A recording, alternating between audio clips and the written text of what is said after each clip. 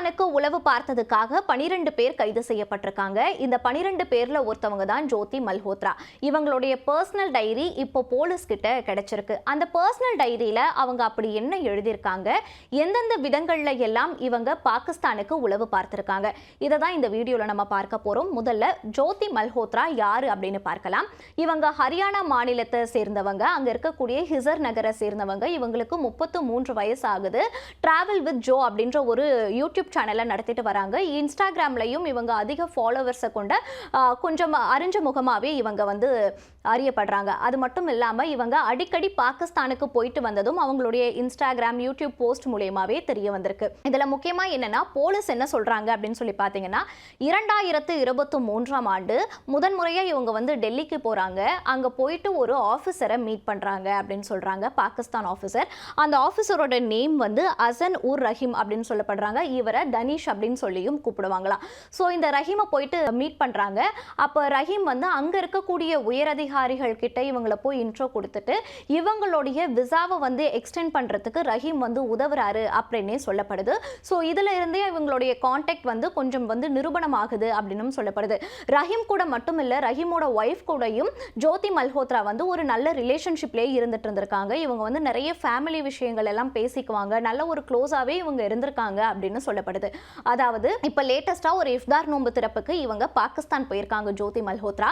அங்கே போயிட்டு அங்கே இருக்கக்கூடிய ஒரு உயர் அலுவலகத்தில் இருந்து இவங்க ஒரு vlog பண்ணுறாங்க. அப்போ வந்து இந்த மாதிரி நான் இங்கே வந்திருக்கேன், எனக்கு ரொம்ப மகிழ்ச்சியாக இருக்குது அப்படின்னு சொல்கிறாங்க. அப்போ ரஹீம் வராரு. ரஹீம்க்கு வந்து ஜோதி மல்ஹோத்ரா ஒரு வார்மாக வெல்கம் கொடுக்குறாங்க. அப்போ ரஹீம் அங்கே இருக்கக்கூடிய உயர் அதிகாரிகள் கிட்ட ஜோதி மல்ஹோத்ராவை இன்ட்ரோ கொடுக்குறாரு. இவங்க வந்து ஒரு யூடியூப் சேனல் வச்சுருக்காங்க அப்படின்னு சொல்லி இன்ட்ரோ கொடுக்குறாரு. இதெல்லாம் எனக்கு ரொம்ப மகிழ்ச்சியாக இருக்குது அப்படின்னு சொல்லிட்டு ஒரு போஸ்ட் போட்டிருந்தாங்க. அது மட்டும் இல்லாமல் அடிக்கடி அவங்க பாகிஸ்தான் போயிட்டு வர்றதை போஸ்ட்டாக போடுறதும் அங்கேருந்து சில vlogs எடுக்கிறதும் இந்த மாதிரி எல்லாம் இருந்துட்டு இருந்திருக்காங்க. இதில் என்னன்னா, காவல்துறையினர் வந்து மேலும் ஒரு தகவலை வந்து கொடுக்குறாங்க. இவங்க மெயினாக வந்து அரெஸ்ட் பண்ணப்பட்டதனுடைய அடிப்படை காரணமே என்னன்னா, இவங்க பாகிஸ்தானுக்கு உளவு பார்த்திருக்காங்க அப்படின்னு சொல்லிட்டு தான். எப்படின்னு சொல்லி பார்த்தீங்கன்னா, இவங்க பாகிஸ்தானுக்கு போகிற போதா இருக்கட்டும், வாட்ஸ்அப் மூலியமா இருக்கட்டும், தகவலை எல்லாம் ஷேர் பண்ணியிருக்காங்க அப்படின்னு சொல்லப்படுது. அங்கே இந்திய ராணுவத்தினுடைய மூமெண்ட்ஸ் எல்லாத்தையுமே இவங்க வந்து ஷேர் பண்ணியிருக்காங்க அப்படின்ற ஒரு தகவலின் அடிப்படையில், அது உறுதி செய்யப்பட்டதன் அடிப்படையிலேயே ஜோதி மல்ஹோத்ராவை வந்து இப்போ கைது பண்ணியிருக்காங்க. அது மட்டும் இல்லாமல் ஜோதி மல்ஹோத்ரா வந்து ஸ்னாப் சாட், டெலகிராம், வாட்ஸ்அப் இது மூலயமாவும் தகவல்களை வந்து ஷேர் பண்ணிட்டே இருந்திருக்காங்க. அதில் வந்து நிறைய கான்டாக்ட்ஸ் வந்து இருந்திருக்கு. எல்லா கான்டாக்ட்ஸோடைய பேரையும் இவங்க மாற்றி மாற்றி ஷேர் பண்ணியிருக்காங்க அப்படின்னும் காவல்துறையினர் வந்து ஒரு தகவலை சொல்கிறாங்க. இப்போ ஜோதி மல்ஹோத்ராவினுடைய நிலை என்ன அப்படின்னு சொல்லி பார்க்கும்போது, இவங்க என்ஐஏ விசாரணையில் இருந்துகிட்டு இருக்காங்க. ஜோதி மல்ஹோத்ரா இவங்களுடைய இன்ஸ்டாகிராம் பக்கம் அப்படின்றது பிளாக் பண்ணப்பட்டிருக்கு. அது மட்டும் இல்லாமல் இதில் இன்னொரு முக்கியமான விஷயம் என்ன அப்படின்னு சொல்லி பார்க்கும்போது, ஜோதி மல்ஹோத்ரா வந்து இந்த மாதிரி கைது செய்யப்பட்டுட்டாங்க அப்படின்னு சொன்ன பிறகு அவங்களுடைய இன்ஸ்டாகிராம் ஃபாலோவர்ஸ் வந்து உடனே 70,000க்கும் அதிகமான ஃபாலோவர்ஸ் வந்து புதுசாக இணைஞ்சிருக்காங்க அப்படின்ற ஒரு தகவல் வந்து கிடைக்கப்பெறுது. அது மட்டும் இல்லாமல் யூடியூபோடைய சப்ஸ்கிரைபர்ஸும் வந்து அதிகமாயிட்டாங்க. கூகுளில் வந்து 1,00,000 பேர் இவங்களை உடனே சர்ச் பண்ணி யார் இவங்க அப்படின்னு தேடி இருக்காங்க அப்படின்ற ஒரு தகவலும் நமக்கு கூடுதலாக கிடைக்கப்பெறுது. அது மட்டும் இல்லாமல் ஜோதி மல்ஹோத்ராவினுடைய பர்சனல் டைரி இப்போ கிடைக்கப்பெற்றிருக்கு. அந்த பர்சனல் டைரியில் அவங்க என்ன எழுதியிருக்காங்க அப்படின்னு பார்த்தீங்கன்னா, அந்த பர்சனல் டைரியில் மொத்தம் 10ல் இருந்து 11 பேஜஸ் வரைக்கும் அவங்க எழுதியிருக்காங்க. அதில் 8 பேஜஸ் வந்து அவங்களுடைய பொது பயண குறிப்புகள் வந்து இருந்திருக்கு. இது எல்லாமே இங்கிலீஷில் இருக்குது. அது மட்டும் இல்லாமல் அடுத்த 3 பக்கங்கள் அப்படின்னு சொல்லும் போது இவங்க பாகிஸ்தானில் எப்படி டைம் ஸ்பெண்ட் பண்ணாங்க அப்படின்றத வந்து ஹிந்தியில் எழுதியிருக்காங்க. சரி, இப்போ அவங்க என்ன எழுதியிருக்காங்க அப்படின்னு சொல்லி பார்த்தீங்கன்னா, பாகிஸ்தான் வழியாக 10 நாள் பயணத்தை முடித்த பிறகு இன்னைக்கு நான் என்னுடைய நாடான இந்தியாவுக்கு திரும்புகிறேன் அப்படின்னு எழுதியிருக்காங்க. எல்லைகளுடைய தூரம் எவ்வளவு காலம் இருக்கும் என்று எங்களுக்கு தெரியாது. ஆனால் இதயங்களின் குறைகள் மறந்து போகட்டும்.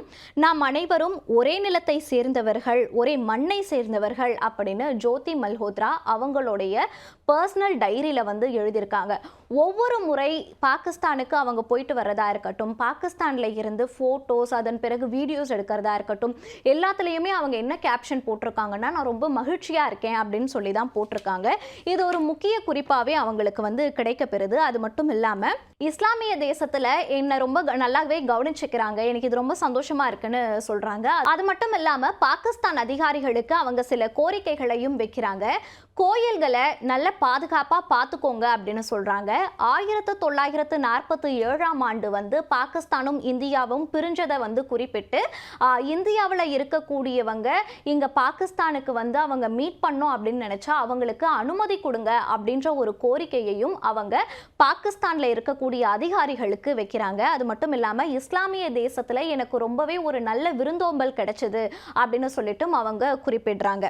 இது எல்லாமே ஜோதி மல்ஹோத்ராவினுடைய பர்சனல் டைரியில இருந்ததாவே குறிப்பிடப்படுது. அதே போல ஜோதி மல்ஹோத்ரா அவங்களுடைய ஒரு இன்ஸ்டாகிராம் போஸ்ட்ல பாகிஸ்தான்ல இருக்கக்கூடிய லாகூர் பகுதி தான் பாகிஸ்தானுடைய கலாச்சாரத்தின் இதயம் அப்படின்னு சொல்லி குறிப்பிடுறாங்க.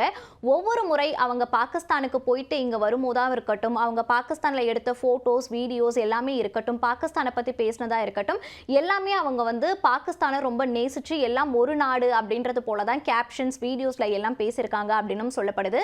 இதுல இன்னும் என்னன்னா போலீசார் வந்து அவங்களுடைய மொபைல் போன்ஸ், லேப்டாப்ஸ், டெஸ்க் எல்லாத்தையுமே வந்து கைப்பற்றி இப்ப வந்து சோதனை இட்டுட்டு வராங்க. ஜோதி மல்ஹோத்ரா உட்பட கைது செய்யப்பட்டிருக்கக்கூடிய இந்த 12 பேர் பற்றிய தகவல்களும் தினமும் வெளிவந்த வண்ணமே இருக்கு. என்ஐஏ அதிகாரிகள், போலீஸ் அதிகாரிகள் அப்படின்னு இந்திய அரசாங்கமே இந்த விசாரணையை ரொம்ப தீவிரமா முன்னெடுத்துட்டு வராங்க. தினம் தினம் இவங்களை பத்தின ஒரு அதிர்ச்சிகரமான தகவலும் இவங்க உளவு பார்த்ததுக்கான விதமும் வெளிவந்துகிட்டே இருக்கு. என்ன நடக்குதுன்னு பொறுத்திருந்து பார்க்கலாம்.